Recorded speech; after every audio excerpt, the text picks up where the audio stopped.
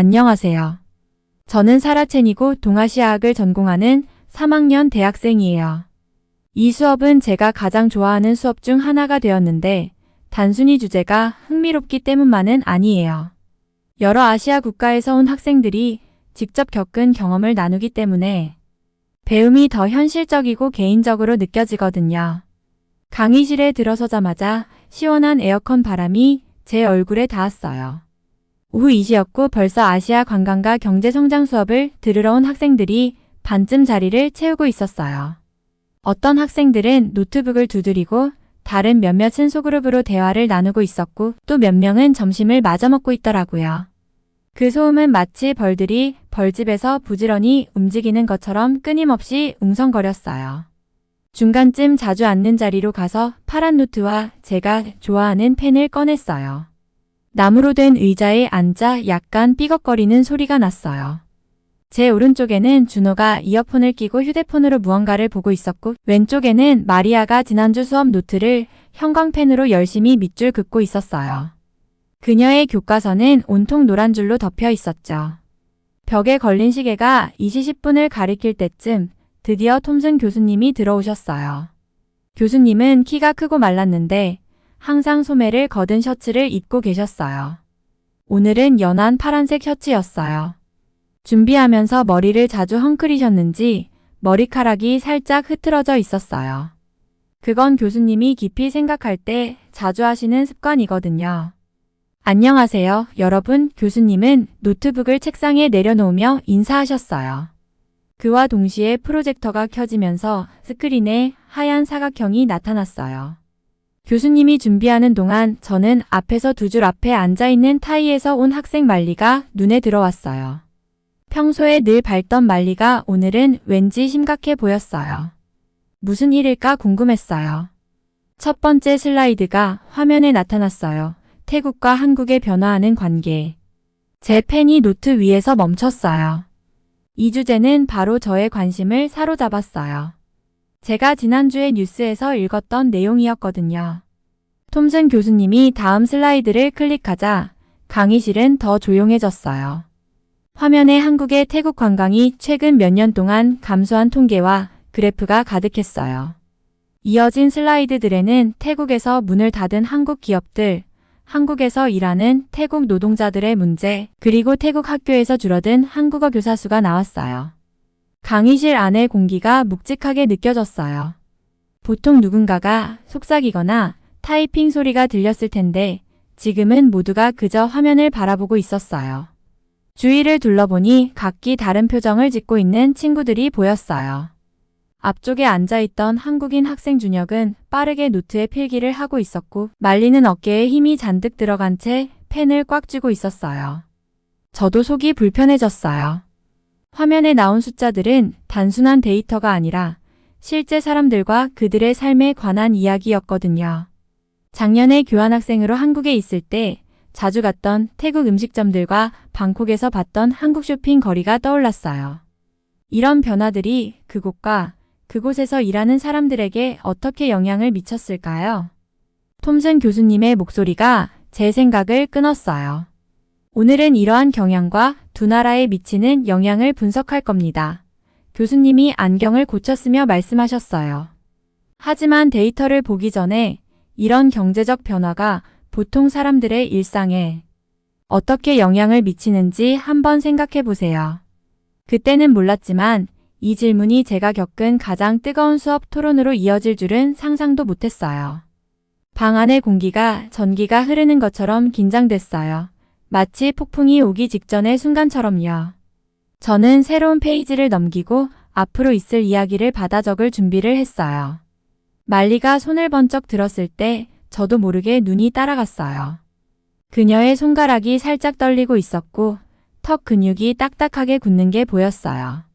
화면에 비친 톰슨 교수님의 데이터는 하락하는 숫자를 보여주고 있었어요. 태국을 방문하는 한국 관광객이 줄어들고 한국 기업들이 하나둘씩 태국을 떠나고 있었어요. 한국에서 일하는 태국 노동자들도 어려움을 겪고 있었죠. 슬라이드 하나하나가 넘어갈 때마다 말리는 점점 더 화가 나는 것처럼 보였어요. 강의실의 밝은 형광등이 윙윙거리며 빛나고 있을 때 말리가 마침내 입을 열었어요. 감정이 가득 실린 그녀의 목소리가 떨리자 저도 모르게 앞으로 좀 더 기대서 그녀의 말을 들으려 했어요. 교수님, 그녀는 책상 모서리를 꽉 잡으며 말했어요. 이 숫자들에 대해 할 말이 있어요. 교실에 있던 모든 사람들이 그녀를 쳐다봤어요. 평소엔 수업 내내 휴대폰만 보던 사라조차도 폰을 내려놓고 말리를 쳐다보고 있었어요. 말리는 숨을 깊게 들이쉬고 말을 이어갔어요. 왜 이 슬라이드들이 마치 태국이 모든 문제의 원인인 것처럼 보이게 하죠? 말리의 목소리는 점점 더 강해졌어요. 실제 상황은 이런 차트들에 나와 있는 게 아니에요. 한국 기업들이 갑자기 태국을 떠났고 우리 사람들한테 무슨 일이 일어날지 전혀 신경 쓰지 않았어요. 수많은 지역 사회가 하룻밤 사이에 일자리를 잃었어요. 교실 안의 긴장감이 마치 팽팽하게 당겨진 고무줄처럼 느껴졌어요. 몇몇 학생들은 불편한 듯 자리에서 몸을 움직였고 다른 학생들은 말리를 뚫어지게 바라보고 있었어요. 책상 위에 연필이 초조하게 두드려지는 소리가 그 침묵을 채웠어요. 그때 준혁이 반대편에서 입을 열었어요. 저는 고개를 돌려 그를 봤는데 그는 허리를 꼿꼿이 세우고 앉아 있었고 표정은 진지하지만 차분해 보였어요. 평소처럼 단정한 셔츠를 입고 있었는데 오늘은 목깃이 살짝 삐뚤어진 게 눈에 띄었어요. 마치 그가 계속 만지작거렸던 것처럼요. 말리, 그는 조심스럽게 말을 꺼냈어요. 마치 얼음 위를 걷는 사람처럼 신중하게요. 내가 화난 건 이해해. 하지만 이 이야기엔 더 많은 게 있어. 그는 잠시 말을 멈추고 안경을 코 위로 올렸어요. 이런 비즈니스 결정들이 누군가를 해치기 위해서 이뤄진 건 아니야. 세계 경제 전체가 변하고 있었어. 한국 기업들도 어려움을 겪고 있었어. 그가 말을 할 때 작은 손동작으로 자신의 말을 강조하는 게 눈에 들어왔어요. 글로벌 시장이 변화하고 있었어. 원자재 가격이 상승했고 다른 나라들로부터 경쟁이 치열해졌지. 기업들은 살아남기 위해 어려운 결정을 내려야 했어. 교실 안의 공기가 무겁고 답답하게 느껴졌어요. 마치 보이지 않는 선이 교실을 가로로 가르고 있는 듯 했어요. 몇몇 학생들은 준혁의 말에 고개를 끄덕였고 다른 학생들은 말리를 동정하는 듯한 표정을 짓고 있었어요. 톰슨 교수님은 강단 앞에서 주의 깊게 지켜보고 있었어요. 칠판 위에 있던 분필은 잊힌 듯 공중에 떠 있었고 계획된 강의는 토론에 묻혀버렸어요. 프로젝터는 조용히 웅웅거렸고 그 파란 불빛이 교실 전체에 그림자를 드리웠어요. 이제 더 많은 학생들이 손을 들기 시작했어요.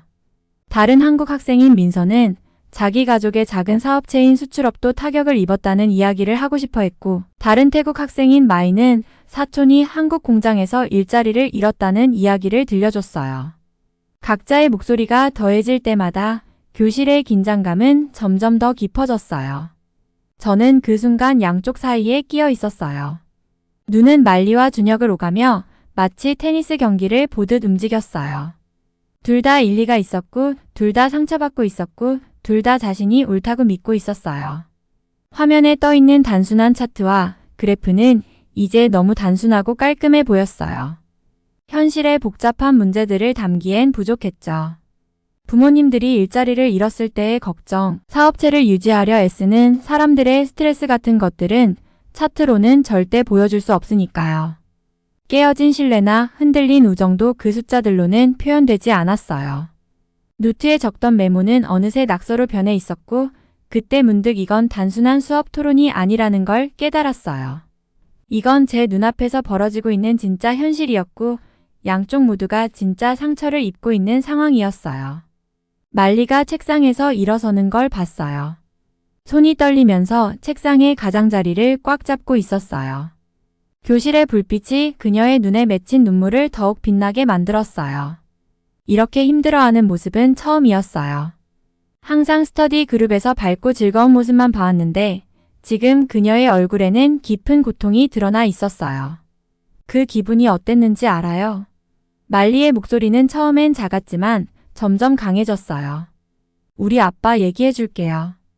15년 동안 매일 아침 아빠는 한국 회사 로고가 있는 파란색 유니폼을 입고 방콕에 있는 공장으로 출근하셨어요. 그 일을 정말 자랑스러워 하셨어요. 아빠는 감독관이었고 새로운 직원들에게 기계를 안전하게 다루는 법을 가르쳐 주셨죠. 말리는 깊게 숨을 들이쉬었어요. 평정을 유지하려 애쓰는 게 보였지만 아랫입술이 떨리고 있었어요. 그날 금요일은 평소랑 다를 게 없었어요. 아빠는 평소처럼 일찍 출근하셨고 엄마가 싸주신 팟타이 도시락까지 챙겨가셨어요. 말리가 잠시 멈추자 몇몇 학생들이 자리에서 앞으로 기울이는 게 보였어요. 심지어 톰슨 교수님도 손에 든 마커를 멈추고 가만히 서 있었어요. 오후 4시 30분에 모든 직원들을 공장 중앙으로 모이게 했어요. 그동안 본 적도 없던 공장장이 박스 위에 올라서서 어눌한 태국어로 발표를 했어요. 공장 문 닫습니다. 월요일부터 일 없어요. 회사 한국으로 돌아갑니다.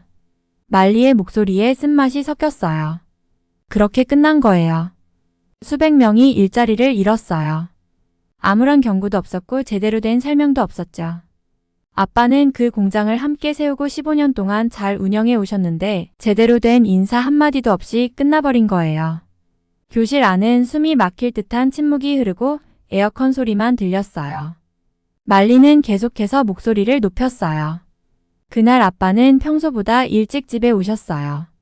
제가 거실에서 숙제를 하고 있었는데 아빠가 들어오셨죠. 그 얼굴은 절대 잊을 수 없어요. 마치 누가 아빠의 모든 꿈을 한순간에 지워버린 것 같았어요. 아빠는 그저 우리 낡은 갈색 소파에 앉아서 자신의 손만 멍하니 바라보고 계셨어요. 그 손은 그동안 그 기계들을 다뤄온 손이었는데 말이죠. 말리가 그 다음 얘기를 할 때 저도 눈물이 차오르는 걸 느꼈어요.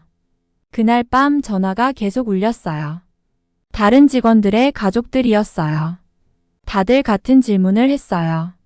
무슨 일이 있었냐고, 이제 어떻게 해야 하냐고. 어떤 가족들은 대출을 갚아야 했어요. 어떤 가족들은 학교에 다니는 아이들도 있었고요. 제 친구 마이네는 새 집을 막 샀었어요. 말리는 준혁을 똑바로 쳐다보며 말했어요. 눈빛이 불타고 있었어요. 그리고 그게 공장만의 문제가 아니었어요. 한 달 후에 우리 오빠 피비 다니던 학교의 한국어 프로그램도 폐지됐어요. 오빠는 마지막 학년이었어요. 오빠는 통역사가 되는 꿈을 꾸고 있었는데 그동안 쌓아온 공부가 전부 날아간 거죠. 한국인 선생님들도 하나둘 떠났어요.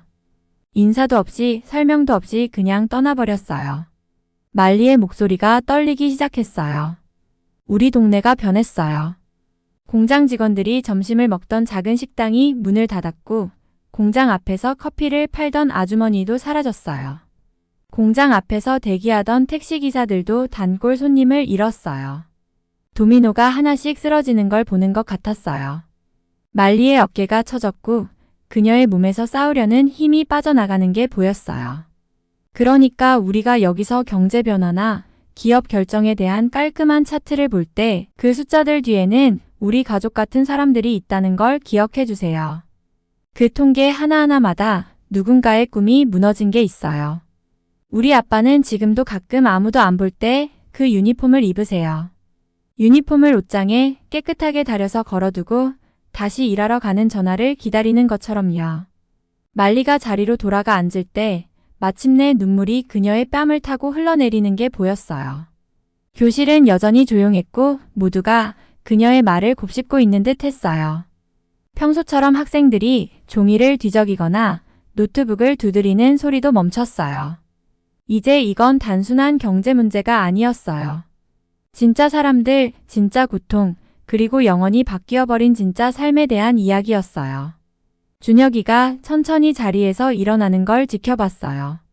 그의 손은 안정적이었지만 턱 근육이 딱딱하게 굳어있는 게 보였어요. 교실은 너무 조용해서 천장 선풍기가 돌아가는 소리까지 들릴 정도였어요. 모든 시선이 준혁이랑 말리를 왔다 갔다 하는데 마치 테니스 경기를 보는 것 같았어요. 중요한 얘기가 있어요. 준혁이가 부드럽지만 분명한 목소리로 말했어요. 말리처럼 소리치진 않았지만 모두가 그의 말에 귀를 기울이려고 몸을 앞으로 숙였어요. 우리가 누군가를 다치게 하고 싶었다고 생각해요. 제 삼촌 얘기를 해드릴게요. 그는 깊이 숨을 들이쉬고 계속 말했어요. 제 삼촌 김 씨는 서울에서 작은 가게를 운영해요. 화려한 가게는 아니고 태국 실크 스카프랑 수공예 보석을 파는 작은 가게예요. 15년 동안 태국 장인들과 일했어요. 그 사람들 이름, 아이들 이름까지 다 알고 있었죠.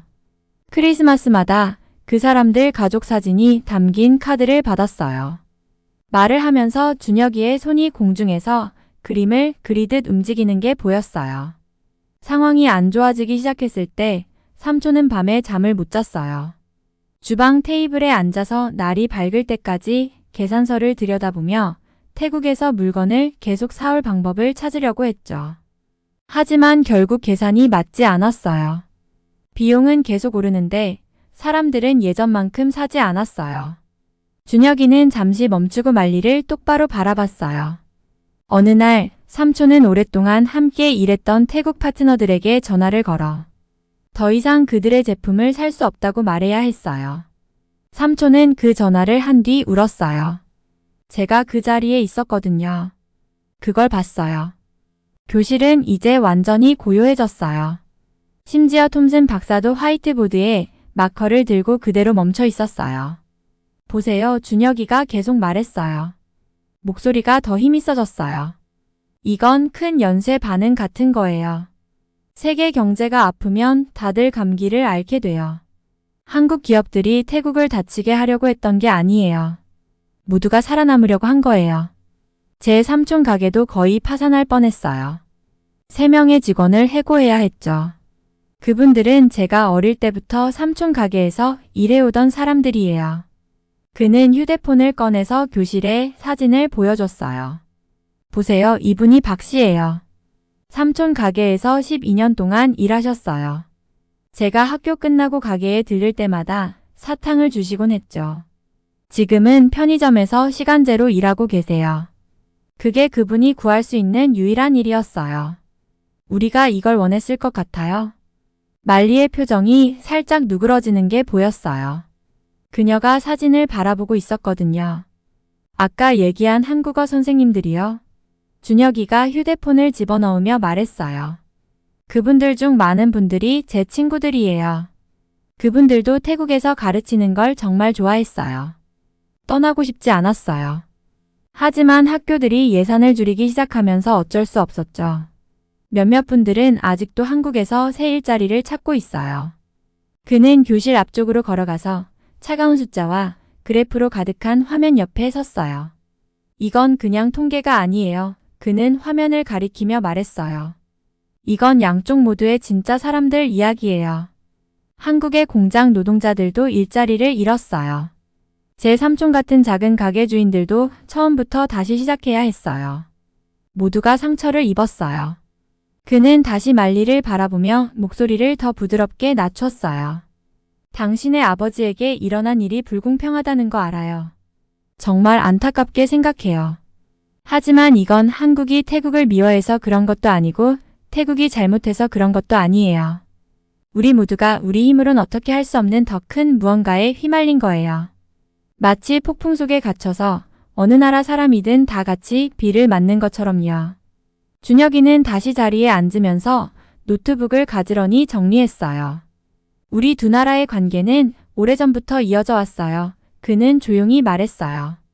서로의 성장을 도왔고 음식, 음악, 영화, 꿈을 나눴죠. 지금은 그냥 힘든 시기를 겪고 있는 거예요. 하지만 서로 손가락질하고 탓하기만 하면 절대 더 나은 해결책을 찾을 수 없을 거예요. 다시 교실이 조용해졌어요. 말리의 친구들 중 몇몇을 포함해 사람들이 고개를 끄덕이는 게 보였어요. 준혁이의 말은 우리 모두의 마음을 건드렸어요.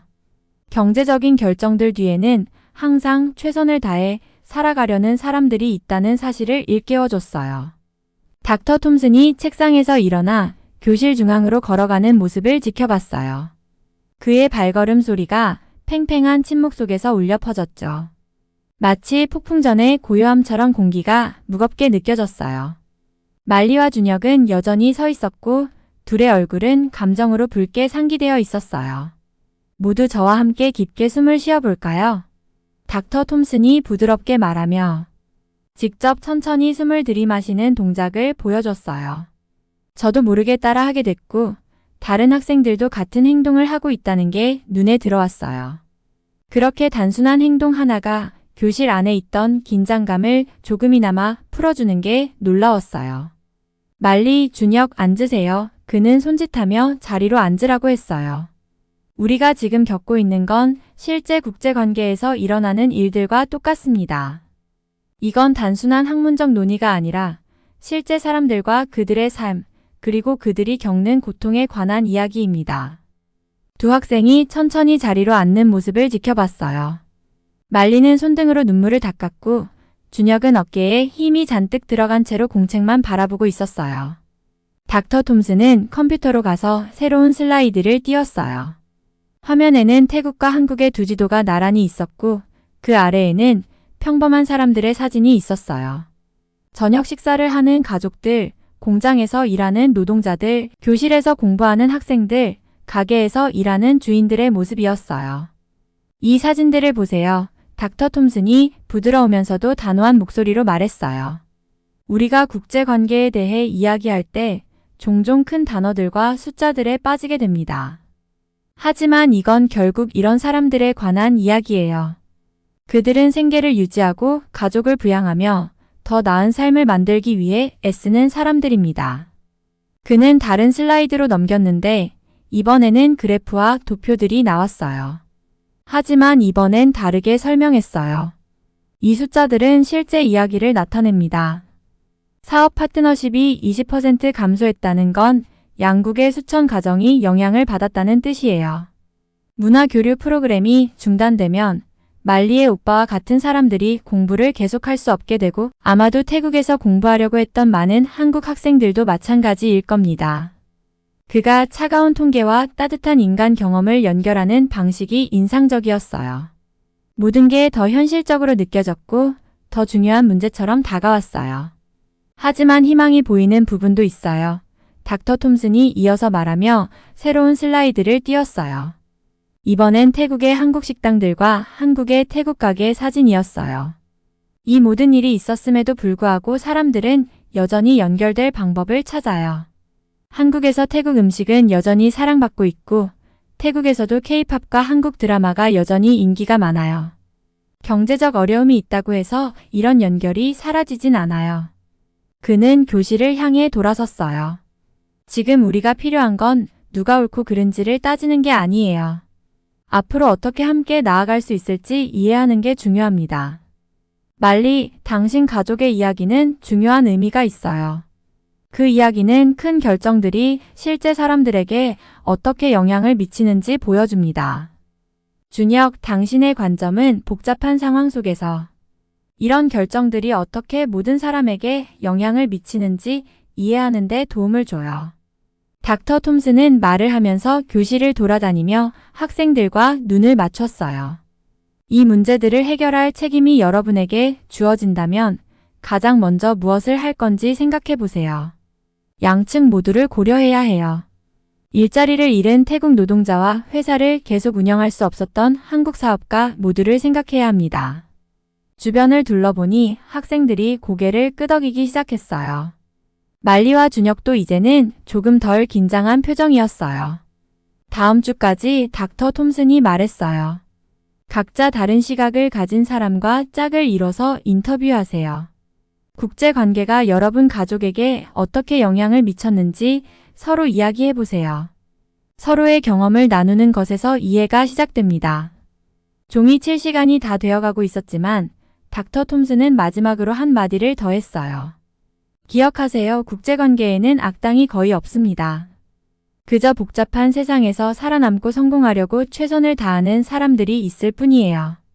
우리의 역할은 모든 사람이 더 나은 결과를 얻을 수 있도록 돕는 방법을 찾는 겁니다. 그가 말을 마쳤을 때 저도 이 상황을 다르게 바라보게 됐어요. 우리가 학기 내내 공부해온 숫자와 정책들이 갑자기 얼굴을 가진 이야기로 다가와 국제 문제를 해결하는 건 단순히 새로운 협정을 체결하거나 정책을 세우는 게 아니라 사람들이 다시 서로를 신뢰할 수 있도록 돕는 일이란 걸 깨달았어요.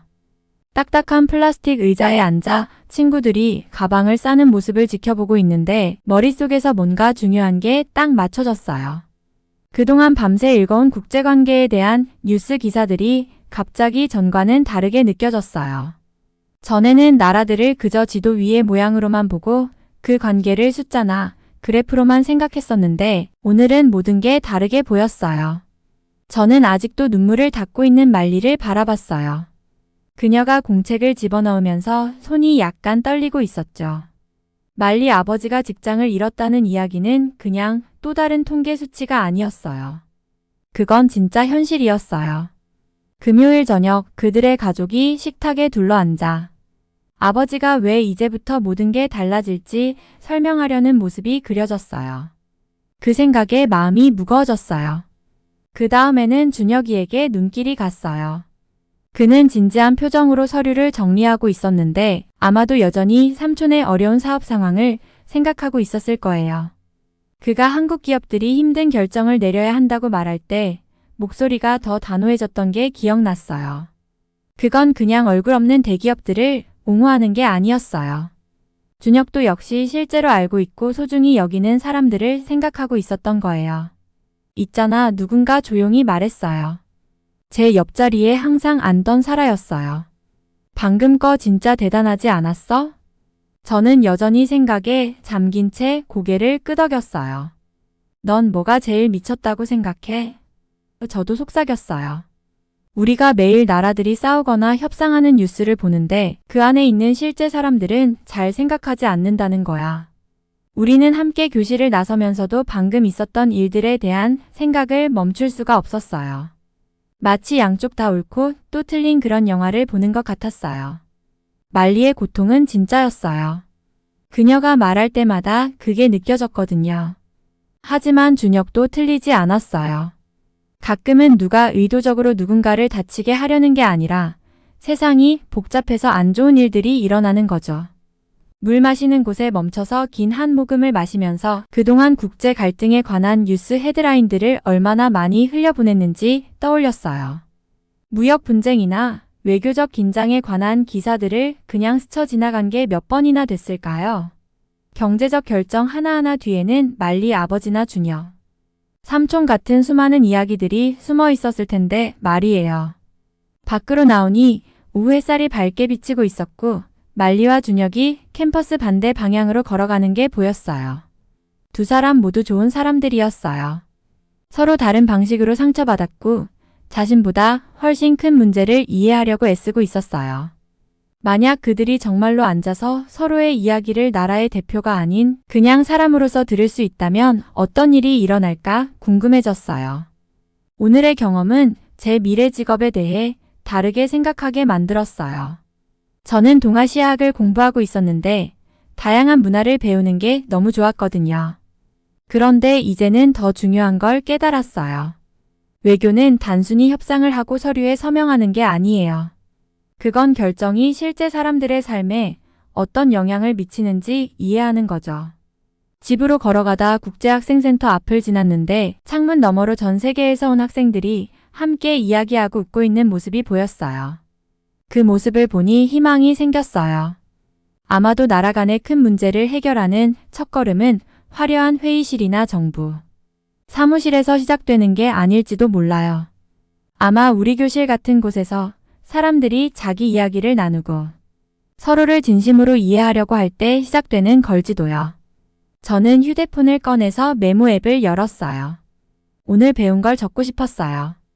국제관계는 단지 나라들에 관한 게 아니에요. 그건 부모님이 일자리를 잃고 학생들이 기회를 잃고 사업가들이 불가능한 선택을 해야 하고 가족들이 불확실한 미래를 마주하는 것에 대한 거예요. 그건 진짜 사람들의 이야기예요. 진짜 감정과 진짜 어려움, 그리고 더 나은 날들을 바라보는 진짜 희망이 담긴 이야기들이죠. 아파트 계단을 올라가며 스스로에게 약속했어요. 앞으로 국제 갈등이나 경제적 결정에 대한 뉴스를 읽을 때마다 헤드라인 뒤에 있는 사람들을 생각하려고 노력할 거예요. 왜냐하면 오늘 배운 건 진정한 이해는 사실과 수치를 외우는 데서 오는 게 아니라 사람들의 이야기를 듣고 그들의 경험이 서로 충돌하더라도 그 안에 담긴 의미를 인정하는 데서 온다는 거였거든요. 그때 저는 또 다른 중요한 걸 깨달았어요. 아마 국제관계를 잘 공부하는 건 역사나 정치만 배우는 게 아닐지도 몰라요. 그것은 모든 이야기의 인간적인 면을 기꺼이 보려는 마음가짐을 가지는 것, 그리고 통계 뒤에 있는 사람들의 삶이 중요하다는 걸 이해하는 것도 포함되는 거죠.